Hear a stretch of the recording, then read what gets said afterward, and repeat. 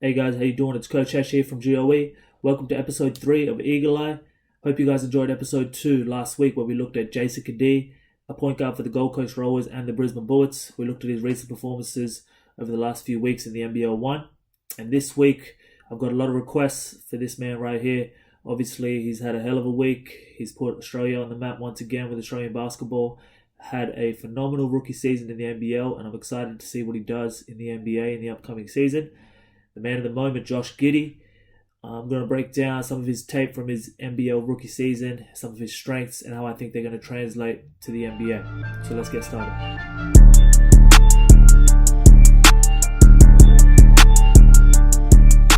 Now, we all know that Josh Giddey filled the stat sheet, had a couple of triple-doubles throughout the season. Very good rebounder for the point guard position. He can distribute the ball, and he showed ability to really pass the ball and get his teammates involved. And we saw glimpses of him being able to score the ball in patches. We're going to break all those skills down into slightly more specific categories. We're going to really look at his ability to attack in isolation coverage from the perimeter and look at his bag a little bit and his go-to moves. There's 2 moves in particular that I want to break down and see how he gets to them. The next thing is going to be his pick and roll play and his ability to throw the ball to his teammates out of pick and roll situations, and his ability to manipulate defenses and find the open man. And then the third thing is going to be his ability to attack downhill in transition, which I think is one of the biggest strengths of his game, constantly applying heat on the rim and for defenses to recover in semi-transition. So let's start with the first thing, which is his isolation scoring. We can see in this first clip that Giddey's at the top right now and then gets a middle ball screen. Melbourne switched this middle ball screen, and this is the part of Giddey's game that I think needs to be highlighted first. His ability to recognize mismatches is something that's very impressive, especially for someone of his age. Melbourne do switch this middle ball screen. Giddey recognizes he has an advantage on the defender that's defending him right now, and he does a very good job of lulling him to sleep with a couple of setup dribbles, and then goes to his go-to move, his left to right crossover. Starts with the left skip step, gets the ball into his left hand, freezes his defender on that skip step, explodes with his change of speed to his right hand, and then attacks downhill with the defender on his hip. I think Giddey's change of speed is deceptively very impressive. Now, he's not the fastest, not the quickest, not the most agile, but I think he's deceptively able to explode after putting defenders to sleep, and that was demonstrated all season long. Once he's able to get downhill momentum, his ability to finish the ball with extended finishes, floaters, and layups is really impressive, and we can see that from this first clip. Now, this second clip, once again, middle ball screen coming to his right hand this time. Dengadell fights over the top of this middle ball screen, stays on Giddey's hip, does a reasonable job off that ball screen, and now Giddey, once again, unfazed, unrushed, stays there at his own speed, couple of setup dribbles, skip step to his left hand, explosive left to right crossover, gets Dengadell, who is a very good on-ball defender, on his hip, and then takes away the shot blocking ability, coming to 2 feet, kisses it off the glass. Now, this third clip, we can see against Illawarra once again, a little seam screen from Sam Froling. They switch it. Giddey's on the right side of the floor again. Same setup. Explodes at Sam Froling, who gaps him a little bit more than Dengadell did in the previous possession. So he eats up that space with a skip step and a float dribble. Explodes from his left hand to his right hand. Froling does a reasonable job staying in front of him, but Giddey still, with that 6'8" frame and that length, is able to get off a floater, and that's a tough shot against an elite defender in Sam Froling.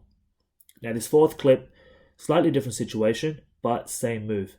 Giddey's at the top now with an isolation, with the rest of his teammates giving him space to isolate.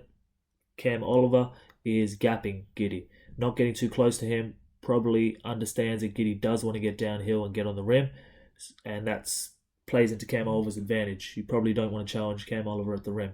So Giddey does a really good thing by setting him up the exact same way. Left hand hezzy, float dribble, gets to his left hand, explodes to his right, plants off his inside foot and shoots a nice elbow jump shot. Ball doesn't go in the hoop, but that's a good look for Giddey, and I think that's a look that he's probably going to be practicing a lot, and a look that he probably will get a lot depending on how people defend him in the NBA. We're now going to look at Giddey's ability once he gets downhill and defenders are shifting, what he goes to when he gets cut off, or what I call a mid-range counter. This is a counter move in the mid-range area when a defender does a reasonable job off the first move. Let's have a look at this first clip right here. And instead of attacking with his left to right crossover, he explodes to the baseline with his left hand, Now the defender does a good job cutting him off on that first dribble, and then Giddey recognizes this, plants his right foot, picks up the dribble on the plant, spins off it, and his stability, body control displayed here is what's really impressive. Not bumped off his spot, still able to get to his right hand with that floater, and his touch from that range is also really impressive. So anytime he does get cut off, we can see here he has a really comfortable counter that he likes to go to, which is left to right spin, and then he's able to get off that floater in that first clip. Now this second clip, once again, Giddey explodes to his left hand out of triple threat, puts the ball on the floor. Defender once again does a good job stopping him from getting a straight line drive. Giddey recognizes this, and the difference between this one and the first clip is that once Giddey spins, he recognizes that he has inside position on his defender, and as the man's trying to recover, he doesn't cut him off from that secondary spin move, and then Giddey's able to get on the rim as he spins, not forced into a floater, but with his length, he's able to cover a lot of ground off the spin move and turn it into a layup. So there's just a few clips from the season where Giddey has displayed some consistency with how he likes to approach isolation settings. We can see he likes to put the ball in his left hand, either attacks straight line left hand, or his go-to move when he feels he has an advantage is his left to right crossover. Once he does get cut off in the mid-range area, with his length and athleticism, he's able to get to a spin move, and then his touch from that kind of short range area is very impressive, and he's able to get off a ton of different floaters and little fadeaways from that range as well. We're now going to take it to the two-man game. Another big strength of Giddey's, playing in the ball screen, and a strength that's directly going to translate to the NBA where the floor is bigger and the spacing is better. We can see here in this first clip, Giddey's in the middle ball screen, coming off attacking AJ Ogilvy in the drops coverage. We spoke about that drops coverage last week in the Jason Giddey breakdown. It's when the big that's defending the ball screen is dropping off the guard as he's coming off. Giddey does a really good job engaging him, coming downhill and attacking him. Now Ogilvy commits to Giddey, taking away the drive, and Giddey at the last second, with his defender on his hip and Ogilvy in front of him, is able to take the hit in midair and manipulate the ball, still have the vision to be able to see Humphries rolling to the rim and throw that pass on a platter to end in a layup. Now that's a very tough pass to make when you have a 7-footer in front of you. It's taking away your vision and putting his body right in front of yours so you really can't see too much, and then to be able to handle the physicality of a 7-footer coming up at you to take away your drive and still be able to manipulate the ball to get it to your roll man is something that's really impressive. This second clip right here, we can see the Sydney Kings defend the middle ball screen slightly differently, not in a drops coverage, rather the ball screen defender flat walls it, which means he stands a little bit higher, closer to the screen to not allow Giddey to get downhill on the drive. Pinder does a really good job rolling on this, diving straight to the rim, and Giddey does something that probably we're taught not to do coming off ball screen, which is pick up his dribble. As the pick and roll defender recovers onto Pinder, Jared Weeks, who initially is defending Giddey, closes out hard, tries to deny Giddey from getting off any passes, and this is where Giddey's 6'8" length as a point guard is going to come into play. He's able to see over the top of the defense and thread a needle straight over the top of those hands to hit Pinder under the rim for a wide open layup. Now this third clip in the ball screen against the Sydney Kings once again, Geordie Hunter is showing hard on the ball screen, which means he's jumping up above the level of the screen, above the three-point line to almost force Giddey to pick up his dribble or to force a turnover or to almost jump Giddey into making a bad decision. Giddey stays very poised right now, recognizes that the hard show is coming, sees where his roll man Pinder once again is going to pop to, and throws a nonchalant, very casual pass on the money to his roll man for a nice little open jump shot right there. Now that we've seen Giddey's ability to engage big men in roll action and pop action, we're going to now look at his ability to assess weak side defenses and to find shooters that are opening corners. Now this is going to translate nicely to the NBA, where the floor spacing is better, as I've already alluded to, and the offensive sets that most NBA teams run often result in shooters being open in corners, and that's going to be really nice for Giddey if he can continue to develop this part of his game. Now this first clip right here, we can see Giddey coming off the middle ball screen to his right hand. Pretty simple play. Help comes from the strong side corner, and the timing of it as that help defender comes to cut off Giddey, throws a nice in-rhythm pass in momentum to the shooter in the corner on the money for a wide open three. Pretty simple pass and a pretty simple read for someone of the caliber of Josh Giddey. Now in this second clip, a little bit more complicated. We can see Giddey getting downhill off the middle ball screen. He gets all the way to the teeth of the defense, draws a lot of numbers into the paint, collapses the defense where everyone's foot is in the paint basically, and then he's able to continue to get as deep as possible, recognize that his scoring ability is being taken out, the roll man's scoring lane has been taken out, and the next rotation is to throw that pass on the money into the corner. Now this is a tough pass to throw. You need vision, you need anticipation. Obviously his length and his frame also allow him to see over the top of defenses and to see these gaps. And then the physical ability to be able to throw the pass accurately on the money to shooters is what I think is really impressive. Combine that all together and you get a nice assist for a wide open corner three. Now this third clip I think is probably the most impressive. In this situation off the middle ball screen, they trap Josh Giddey. Now anytime you trap a player in the ball screen, the first pass that is the most obvious pass that you have to take away and rotate to, which Tyler Harvey does really well here, is the roll man. That's the most obvious pass, and that's the release pass that most guards try to throw.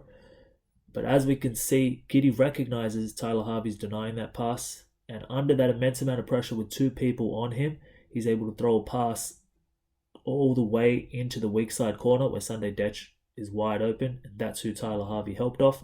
The anticipation, the vision, and the lack of being flustered in a situation where he's got two people on him and the first pass is being taken away, being backed up to halfway, still being able to throw a pass on the money across the court over the top of defenses is I think a hugely underrated skill and something that I think is going to work in favor for Josh Giddey if he's going to be effective at the next level. This just goes to show Giddey's ability to dime the ball and find his teammates even in positions where it's not so wide open. He's able to make openings and he's able to see things and anticipate things well in advance, which allow him to facilitate for his teammates. The next part of Giddey's game that I think is really impressive and that he displayed all season long is his ability to play in transition and semi-transition. Once he gets ahead of steam and he's able to use momentum to put pressure on defenses and heat on the rim, he's able to collapse defenses, either get a shot for himself or a shot for his teammates. We can see in this situation, the first one right here, Giddey's receiving an outlet pass and he's coming down the left side of the floor. What he does really well is he maintains his momentum and doesn't break stride. Goes into that handoff, or what looks to be a fake handoff, and then as the defense falls asleep, help defense isn't established as of yet, and he's able to get a wide open layup on the rim. Now this second clip, Giddey's able to get his hands on the loose ball, and his scattered play with the defense not being set, Giddey does a really good job of merging into his defender's lane and not letting him get back in front of him. And as the last two defenders are backing up under the rim and backtracking, Giddey does a really good job of continuing to maintain downhill pressure and get on the rim, and he's able to get 2 feet in the paint for an extended left-handed finish. A tough finish, but once again at his 6'8" length, he's able to get to those spots and use his finishing package to effectively score the ball. Now in this third clip right here, we can see Giddey circling back for the ball as a point guard. He swoops in, gets the ball coming down the right side of the floor. Once again, defense isn't established right now. He's able to get ahead of steam, use his momentum coming downhill in transition, and able to use his ball handling ability and ability to change direction to get on the rim. Although this results in a miss, it's still a great look for Giddey with 2 feet in the paint, collapses the defense, and is able to get to the spot that he wants to get to. That's a dangerous part of his game, the semi-transition component, where he's able to continuously put heat on the rim and pressure on defenses before they establish. Now this next component is similar to that semi-transition component, but it's something that Adelaide did all season long to allow Giddey to simulate transition and semi-transition and to get ahead of steam early in offense. What they do is they use Giddey as an inbounder right here. So he now throws the ball to somebody, his wings take off, they circle off, big man flashes through the middle right here. Giddey then receives the ball and he attacks downhill and he's able to get that head of steam and that momentum that we spoke about that is such an advantage for Josh Giddey. Second clip shows a very similar situation on the move and he's able to get downhill, 2 feet in the paint once again. And this third clip, similar concept, but this time there's limited time left at the end of the quarter. What Giddey does is he hits the flash man, gets the ball back, gets to his spot right now with a head of steam and is able to get fouled on a 3-point shot. All three of those clips reveal the same principle, which is that Adelaide really made an effort to get Giddey the ball early in offense with downhill momentum, and they allow him to play with that freedom and to express himself and to make plays for himself and for his teammates in those situations. So that wraps up episode 3 of Eagle Eye, where we looked at Josh Giddey's ability to play in isolation, his ability to play in the two-man game, and his ability to constantly put heat on the rim in transition and semi-transition in the open floor. Now it's going to be very interesting to see if Josh can make the jump from the NBL to the NBA, where the style of play is going to be different and things just might be a little bit different to what he's accustomed to. But he definitely showed that he has the foundations to build on to be a successful point guard in the NBA. And it's going to be interesting to see his journey as a rookie for the next NBA season. As usual, I'm open to your comments and your feedback and any questions you guys might have. Please DM me or comment below of any other players that you want to see broken down for this series. And we'll see you next week on episode 4. Appreciate it, guys.